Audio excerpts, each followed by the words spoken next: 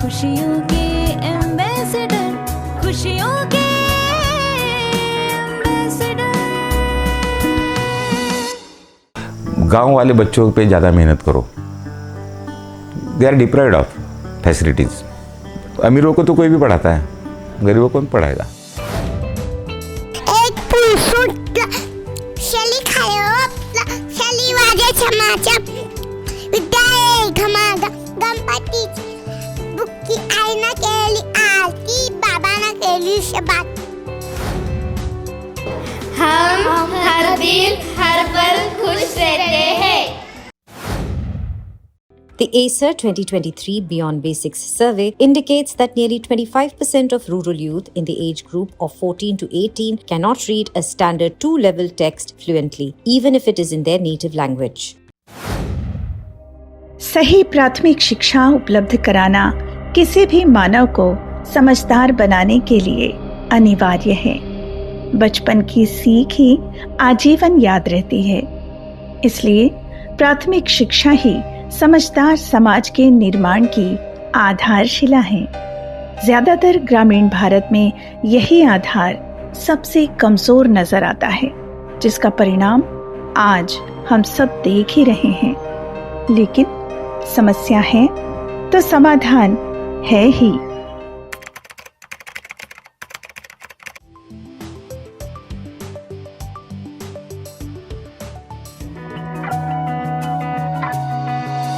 रहते हैं ये खुश हमेशा, करते ये काम खरे, एक दूजे के बन के पूरक, साथ साथ बढ़ते रहे, हंसते खिलखिलाते भावों से भरे, खुशियाँ बिखेरे घर घर, खुशियों के एम्बेसडर, खुशियों के एम्बेसडर, खुशियों के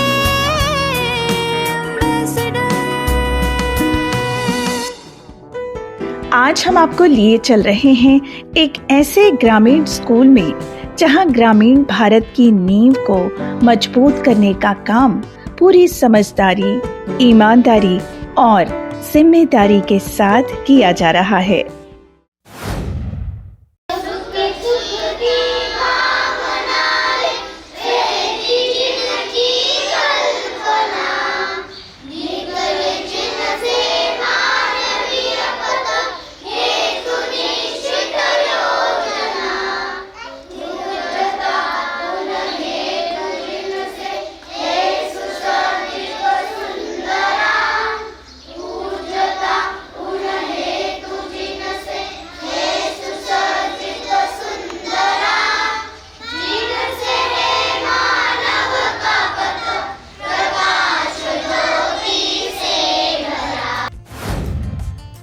जिसके पास जो होता है वो वही बांटता है, और हम सब खुशियाँ बांटते हैं, हम सब आनंद बांटते हैं। आप आ गए हैं महाराष्ट्र के बुल्ढाना जिले के आदिवासी बहुल क्षेत्र के ग्राम परडा में संचालित चेतना विकास प्राथमिक व उच्च प्राथमिक विद्यालय परडा, जहां आसपास के लगभग 10 गांवों के बच्चे पढ़ने आते हैं।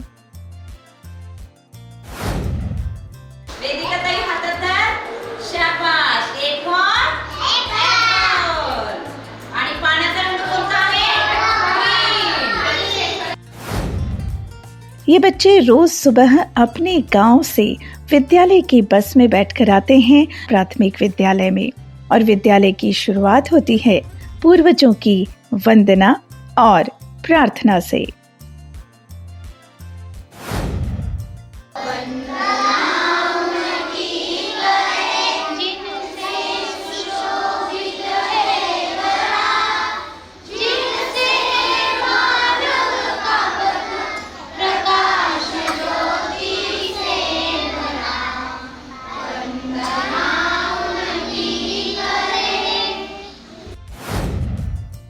इस विद्यालय में बच्चों को उनकी मानसिक समझ के अनुसार खेल खेल में पढ़ाया जाता है, ताकि वे आसानी से समझ जाएं। आपल्याला आत बाहेर करायचं आहे आणि मी जेव्हा म्हणेल इन तेव्हा आतमध्ये जायचं आणि आउट म्हणेल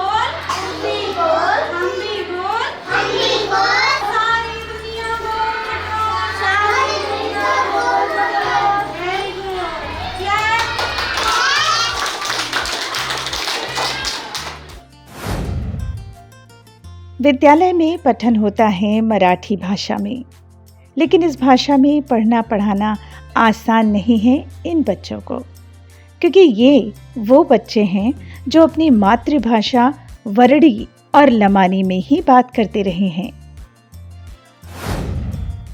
मेरा नियम, नियंत्रण, संतुलन, संस्कार, आज्ञापालन खूब करता था। ये 5 पर मेरा बहुत फोकस है। पुणे में भी मैंने थोड़े क्लास ले लिए थे, तो वो था। तो मुझे लगा कि मेरी भाषा उनकी समझ में आ गई, क्योंकि हम महाराष्ट्र में मराठी है इनका। तो लेकिन उनके चेहरे पे कुछ नहीं था कि मैं कुछ बोल रही हूँ और वो कुछ समझ रहे हो। तो मैं बोली आपकी भाषा, क्योंकि मैं नई थी, मुझे नहीं पता था ये, और मैं बोली कि आपको कुछ नहीं समझ में आ गया। मैं बोली तो नहीं समझ नहीं आता। बंजारा आलं, वडरी भाषा आलं, ये भाषा आलं, कैसे कितने उत्तर आप ये करेंगे, देखेंगे कितने? टीचर है ना, तो टीचर को एक ही भाषा चाहिए और प्रमाण भाषा चाहिए। इसलिए मैं बोली कि मैं पढ़ाऊंगी ही उनको, लेकिन प्रमाण भाषा नहीं पढ़ाऊंगी।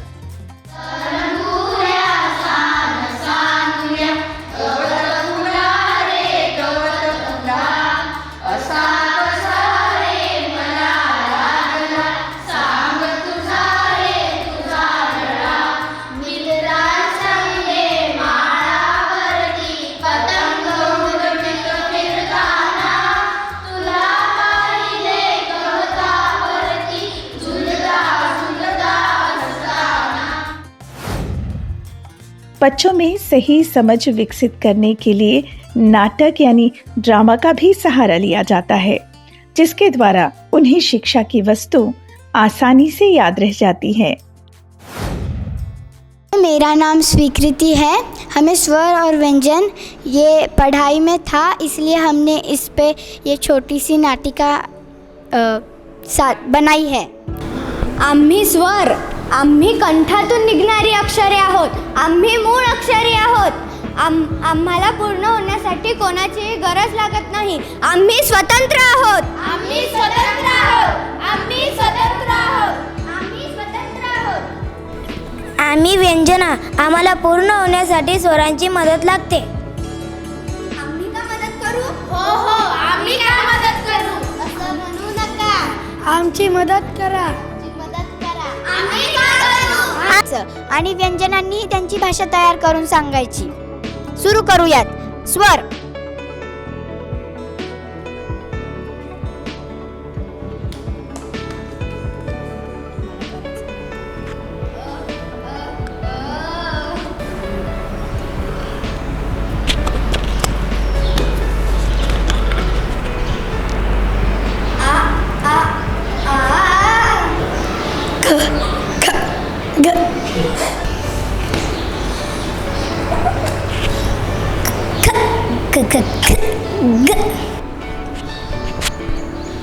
मला व्यंजनांची भाषा बी नाही समजलं आणि स्वरांची भाषा समजलं नाही। यावरनं असं ठरतं की स्वर आणि व्यंजन त्यांची भाषा तयार करू शकत नाहीत। व्यंजन व्यंजनांची पण नाही आणि स्वर स्वरांची पण नाही। जर दोघांनी न भांडता आपली छान भाषा तयार केली, एकदम सोबत राहून भाषा तयार केली, तर भाषा छान होईल आणि ती सुंदरही होईल। स्वर आणि व्यंजन मिळून भाषा तयार होते। माय मराठी तुझ्यासाठी आता होऊन चलते मी, क्षणाक्षणाने कणाकणाने तुझ्या स्वरूपाने मी। बच्चों को संबोधन, सहयोग, नियंत्रण, अनुशासन का पाठ व्यवहारिक विधि से पढ़ाया जाता है, क्योंकि इन्हीं से तो संस्कार का रोपण होता है बच्चों में, और ये बच्चे बनते हैं संस्कारवान बच्चे। मेरा नाम अन्वयी है, मैं 5वीं कक्षा में पढ़ती हूँ। उपयोग ही सुरक्षा है, जिसका हम उपयोग करेंगे वही सुरक्षित रहेगा। हमें हमारे स्कूल में वस्तुओं का सदुपयोग कैसे करना है वो सिखाते हैं। कागज के टुकड़े ज़मीन पे पड़े हैं, कितना गंदा लगता है, उसको उठाकर डस्टबिन में डालो, कितना अच्छा लगता है। मेरा शरीर, गंदा गंदा शरीर, कितना गंदा लगता है, उसको धुला कर अच्छे से सुखा कर कितना अच्छा लगता है। सर्वांना नमस्ते. माझं नाव आहे मिताली सतीश कचोरे. मी पहिल्यांदा राहिली तर तेव्हा मला खूप छान वाटलं होतं. तेव्हा मग मला पूजा मॅडम आल्या तेव्हा मला शिकवलं, मला खूप आनंद झाला. परडा के विद्यालय में जैसी शिक्षा बच्चों को मिल रही है, उसका पॉजिटिव इम्पैक्ट गांवों और घर परिवार में देखने को मिल रहा है. तभी तो बच्चों के माता पिता भी बहुत खुश हैं इस विद्यालय से. साथ रहना परिवार नहीं होता है, साथ जीना परिवार होता है. हम सब परिवार में रहना पसंद करते हैं.